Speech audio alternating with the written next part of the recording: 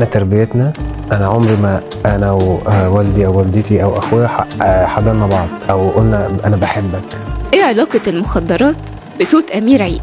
وايه اللي خلاه يتجه للغنى ويبدأ من الشارع؟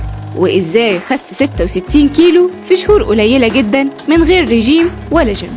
وليه أغانيه دايما بتعبر عننا وبنحس إننا شبهه؟ في الفيديو ده هنقولك سبب غموض أمير عيد. ملامحه باهتة معظم الوقت، حتى في حفلاته بيغني أغاني حزينة ومحبطة. بس جربت قبل كده تسمع أغنية لأمير عيد وتروح تبحث عن باقي أغانيه؟ طيب جربت إحساس إنك متكتف وخايف ومحبط ومحدش عارف يوصفك غيره؟ صوته كده عبارة عن ميكس بين الإحباط والوجع، ويديك شعور فوري باستدعاء كل أحزانك. ويا دي الليلة اللي مش فايتة دي، هتقابل زيه في الشارع كل يوم، وهتعرف إنه واحد عادي زينا، بس هو قرر إنه يتمرد بس. يمكن تستغرب لو قلنالك إن أمير عيد نجح علشان صوته وحش، ده حتى هو معترف بده وبيقول الناس بتحبني علشان صوتي وحش. المشكلة إن أنا صوتي مش حلو بس انا مش مجرد واحد بغني صوته حلو وجاي سلطنه كمزيكا خالص.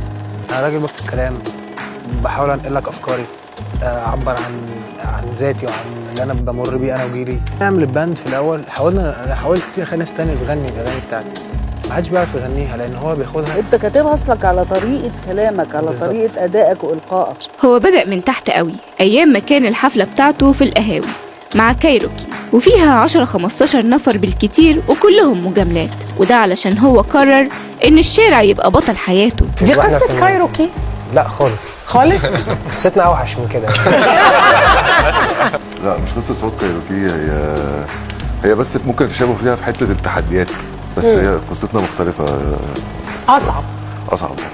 وكانت بدايته الحقيقية لما غنى يايا الميدان بعد ثورة يناير، وبدأ فضول الناس ياكلها علشان تعرف مين كايروكي، واتشهروا بعدها. أمير عيد نفسه اتشهر أكتر لما خس، نزل 66 كيلو في وقت قليل جدا، وجمهوره قال إنه بيشرب مخدرات ومش فايق، وده السبب في إن صوته مش فايق وتحس إن واحد سكران بيغني. والناس بقت تقابله في الشارع تعرض عليه مخدرات، وكانوا بيستغربوا من رفضه. ولما طلعت عليه سمعة قال ما بدهاش بقى، وقام طالع في برامج تلفزيونية وقال إنه ما بياخدش مخدرات، والسبب في خسسانه هو كرهه للأكل. العلاقة بينه وبين أي أكل كانت مش ولا بد، فنزل من 115 كيلو ل 73 كيلو في كام شهر بس، وقال إنه مكتئب وبيمر بظروف وحشة في حياته، وده أثر كمان على صحته وخلاه يخس. انت خسيت جامد قوي، والناس قعدوا يطلعوا بقى كلام جامد. مخدرات وبيقولوا انا باخد مخدرات. لا ما تعطاش حاجه انا خالص.